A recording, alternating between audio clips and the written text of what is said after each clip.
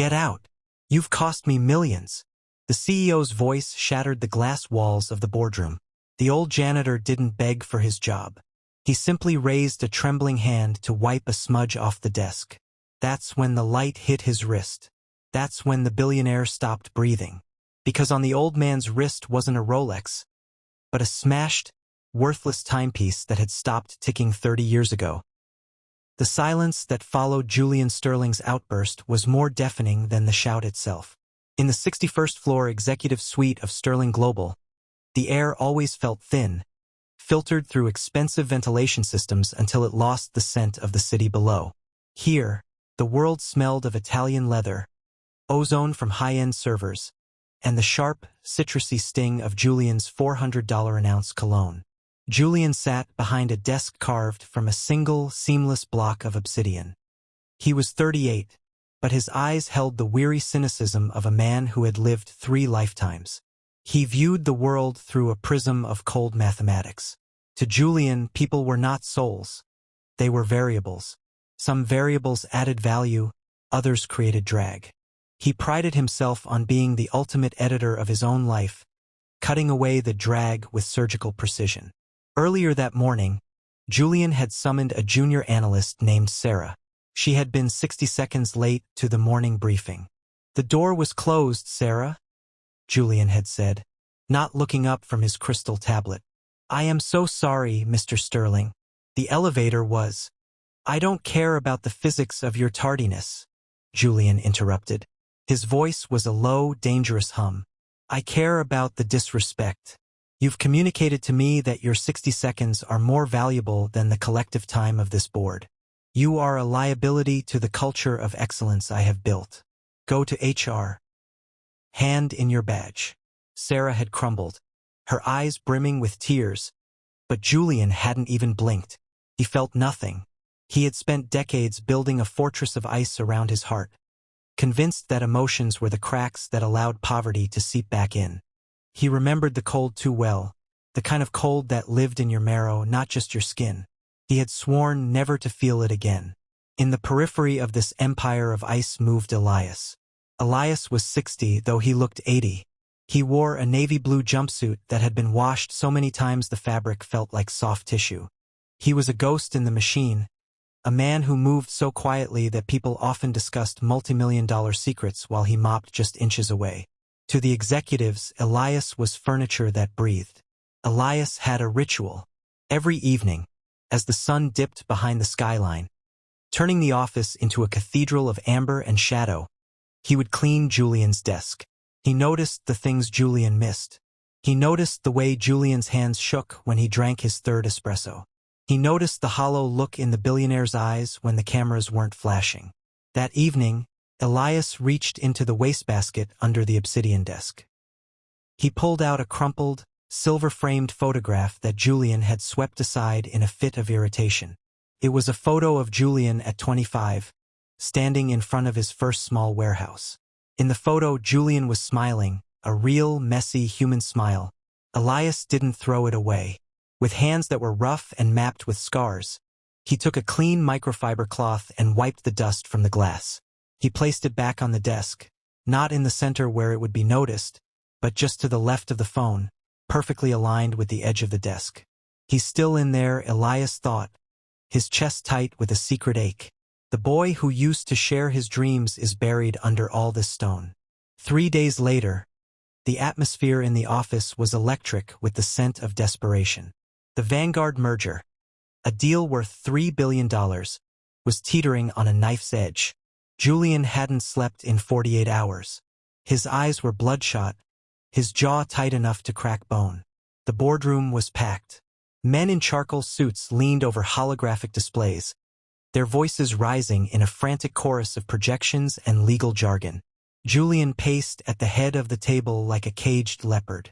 If the Singapore faction doesn't see the signed physical contingency by 5 p.m., they walk, Julian roared, slamming his fist onto the table.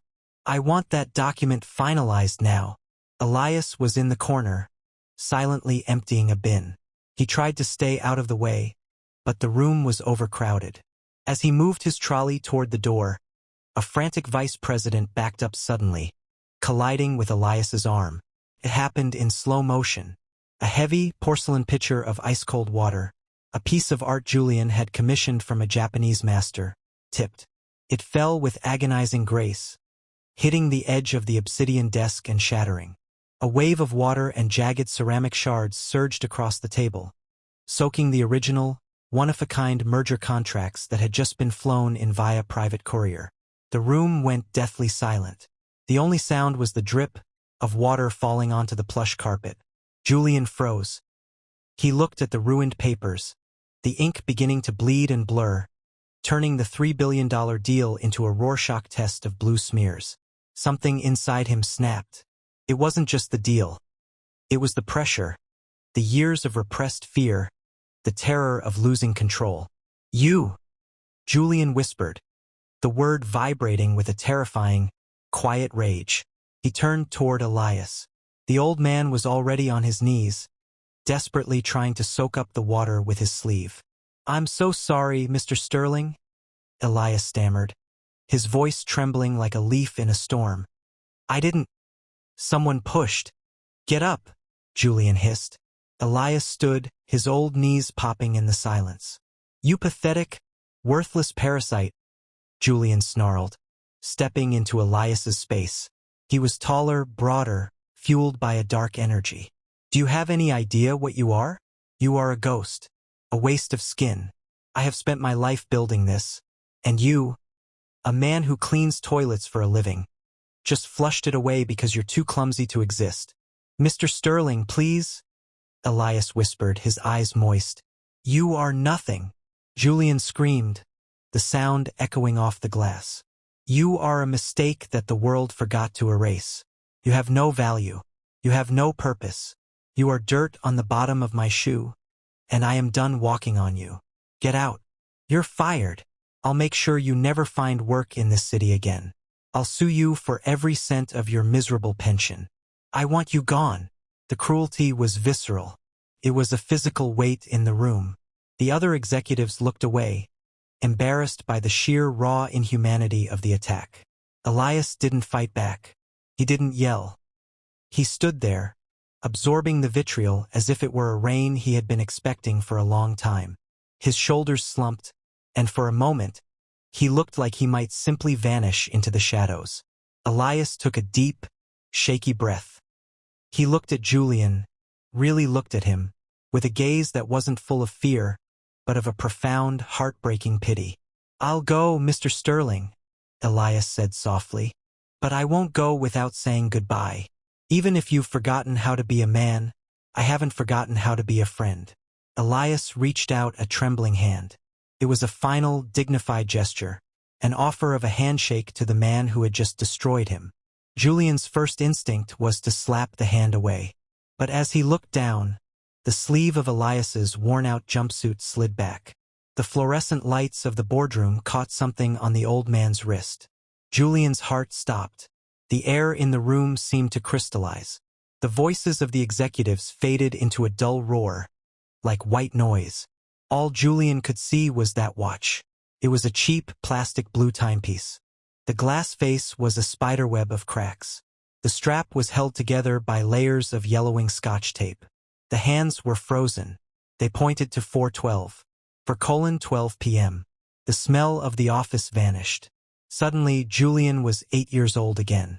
The memory hit him like a physical blow. He was back in the St. Jude's home for boys. The air smelled of boiled cabbage and floor wax. It was winter, 1996. A young Julian, Jules, was huddled in the corner of a drafty dormitory, shivering so hard his teeth clicked together. He hadn't eaten in 2 days because he'd given his ration to a younger boy who was crying. A shadow fell over him. It was Eli. Eli was 12, tall for his age, with a protective streak that was the only thing keeping Jules alive.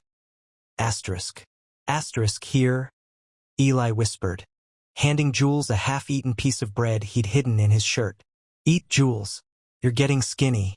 You gotta be strong for tomorrow." Tomorrow was the day of choice. A wealthy industrialist, a man named Mr. Sterling, was coming to adopt one boy. Everyone knew he only wanted the best, the smartest, the most disciplined. Jules was a math prodigy, but he was frail. Eli was the leader, the one everyone looked up to. Asterisk.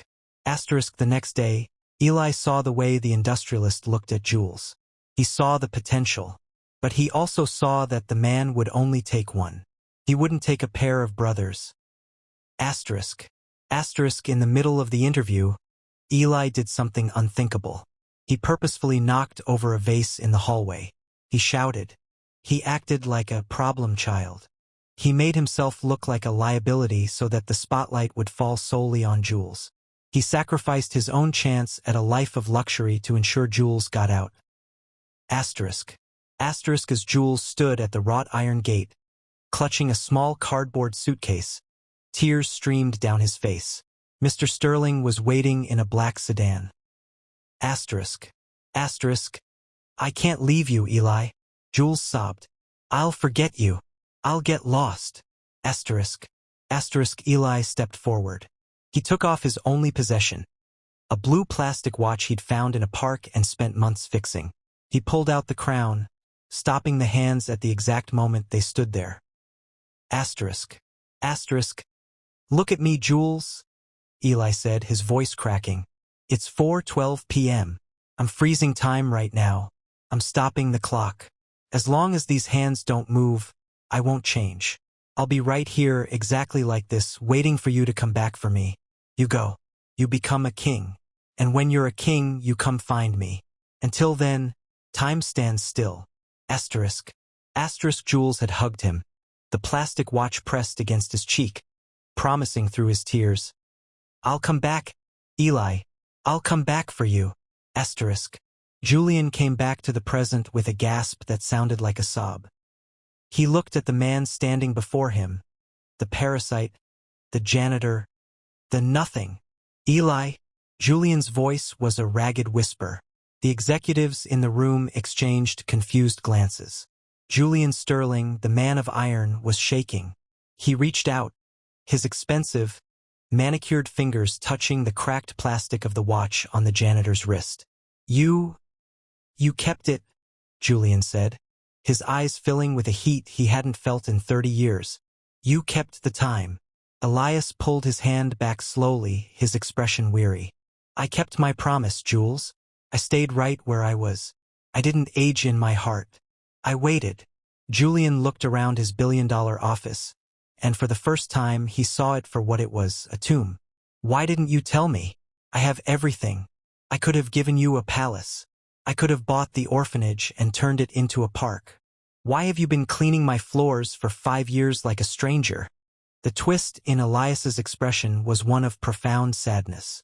I found you 5 years ago, Elias said, his voice gaining a sudden, piercing strength. I saw your face on a magazine. I was so happy. I cried for 3 days, thinking my little Jules had made it. I came here to find you. I got a job as a janitor because I wanted to surprise you. Elias took a step toward the obsidian desk. But then I saw you, Julian, Elias continued. I watched you from the shadows. I saw the way you treated the girl who was late. I saw the way you crushed your competitors without mercy. I saw you fire a man whose wife was in the hospital. I stayed a janitor because I wanted to see if the boy I loved was still alive inside the man you became. Elias looked at the ruined merger documents on the table. I didn't want your money, Julian. I never needed your palaces. I just wanted my brother back. But for 5 years, all I saw was a ghost made of gold and ice. I stayed to see if I saved the wrong boy. And looking at you now, looking at the way you just spoke to me, I think I did. I think the Jules I saved died a long time ago. The words hit Julian harder than any bankruptcy could. He looked into the mirror of Elias's eyes and saw a monster. He saw a man who had used his success as a weapon instead of a bridge. He saw that he hadn't escaped the orphanage. He had simply built a bigger, more expensive one and locked himself inside. The power dynamic in the room flipped in an instant. Julian Sterling, the billionaire, the titan, the king, felt the weight of his own emptiness. He looked at his hands. the hands that had signed 1,000 cold contracts, and he hated them. With a choked cry, Julian fell to his knees on the wet carpet. He didn't care that his $5,000 suit was soaking up dirty mop water. He didn't care that his board of directors was watching his total collapse. "Eli, please," Julian sobbed, reaching out to grab the hem of the janitor's jumpsuit. "Don't say that. Please. I'm still here. I got so scared of being that hungry boy again. I thought if I owned everything, I could never be hurt again." Elias looked down at the man at his feet. He didn't look triumphant. He looked like a father looking at a lost child. He slowly knelt down, his old joints creaking, and pulled Julian into a hug. The boardroom was silent as the two men held each other, the billionaire and the janitor, the two orphans from St. Jude's. An hour later, Julian walked back into the boardroom.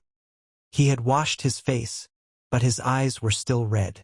Elias sat in the leather chair at the head of the table, looking deeply uncomfortable but steady. "The merger is off," Julian announced to the stunned room. "I don't care about the contingency. I don't care about the Singapore faction. But Mr. Sterling," a lawyer stammered, "the loss is nothing compared to what I almost lost today," Julian snapped. But this time, the edge was gone from his voice. "Effective immediately, Sterling Global is being restructured.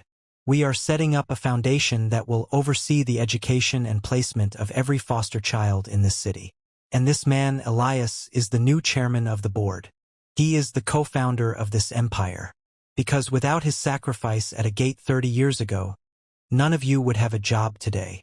Julian reached out and unlatched his $50,000 platinum watch. He didn't place it on the desk. He walked to the window and threw it into the trash can. Then he turned to Elias.